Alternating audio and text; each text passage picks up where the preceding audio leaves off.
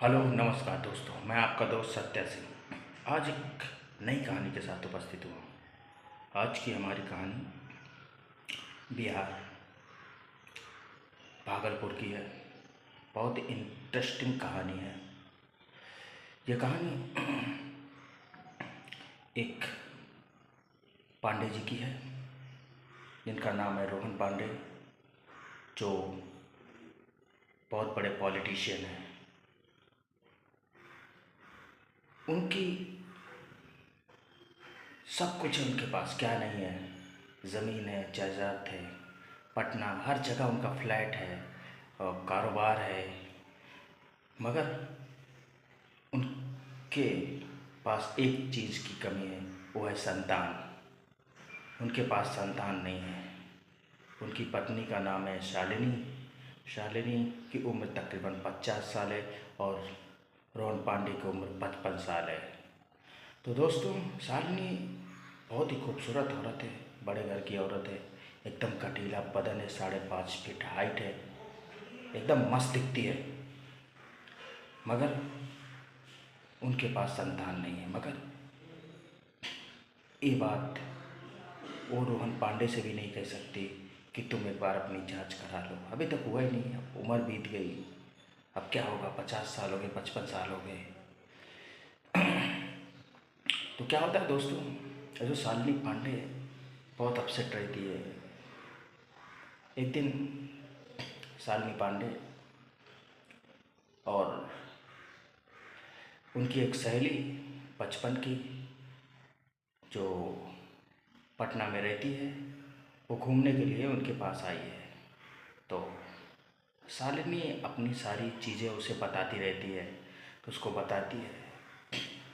तो उसकी जो सहेली है कामिनी, वो बोलती है, देखो आप पटना में जाइए, वहाँ पर एक अवघड़ी बाबा रहते हैं, ठाड़ी बाबा उनका नाम है। उन्होंने बहुत सारी औरतों को माँ बनाया है।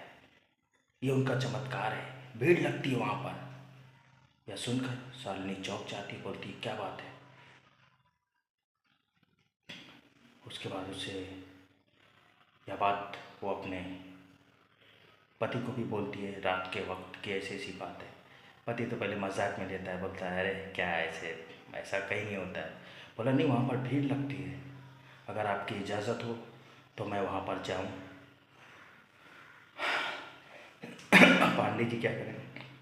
पांडे जी बोले ठीक है, अगर तुम्हें जाना है तो जाओ, देख लो। बहुत सारी दवा तो मैंने किया तुम्हारे प्रति, मगर कुछ नहीं हुआ, एक बार ये भी देख लो। बोला ठीक है।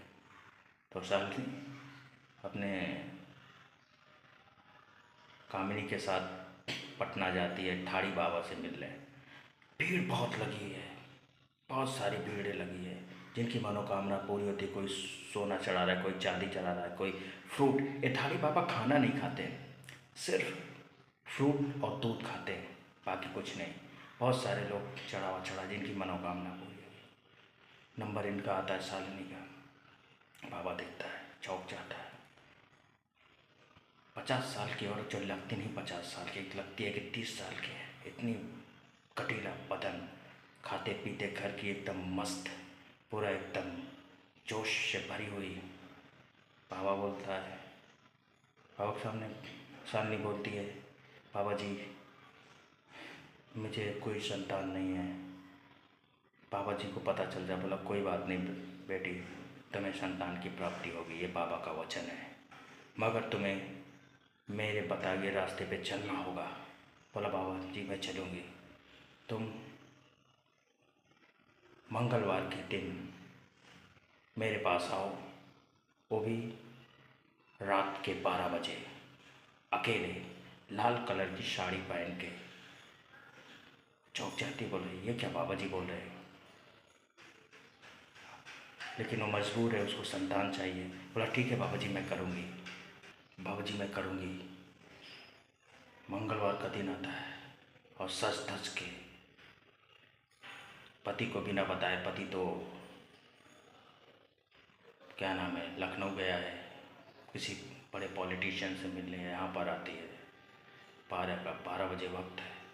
बाबा अकेले मस्त दूध केला खा के बैठा हुआ है। शालिनी आती है। बाबा बोलता आ गई बेटी आओ।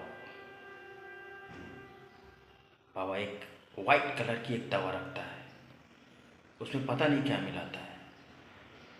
आता है बैठता, बोला ले लो दवा खाओ बेटी तुम। दवा खाती है और शालिनी को कुछ दिखता नहीं है और कुछ देर के लिए बेहोश हो जाती है। और बाबा यह देखकर उसके ऊपर टूट पड़ता है और उसके साथ संभोग कर देता है। और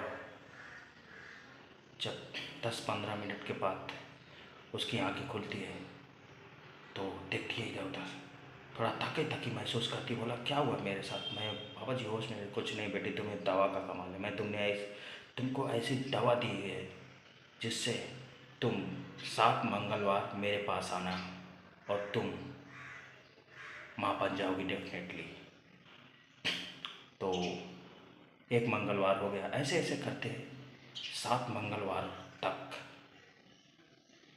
शालिनी बाबा के पास आती है। बाबा वही क्रियाकलाप चालू करता है जैसा वो करता है। उसके बाद जब 7 मंगलवार बीत जाता है, जब 8वां 9वां 10वां मंगलवार आता है तो उस शालिनी को एहसास होता है कि मेरे पेट में कुछ है। उसको उल्टियाँ आने लगती है। या देखकर उसके घर में खुशी की लहर घूम होती। पांडे जी भी बहुत खुश होते हैं। वाह क्या बाबा जी के खुशी के से बाबा जी के पास आते हैं और बहुत सारा चढ़ावा चढ़ते हैं, क्योंकि जब डॉक्टर के पास जाते हैं तो पता चलता है कि शालिनी माँ बनने वाली। इसके बाद बाबा के पास आते हैं और बहुत सारा चढ़ावा देते, सोना चांदी सब कुछ दे देते हैं। उसके बाद कुछ दिन के बाद 9 महीने के बाद उनके घर में एक बेटा पैदा होता है और खुशी की प्राप्ति होती है और सब कोई हंसने खेलने लगते, उनकी ज़िंदगी में भी रोशन आ जाता है।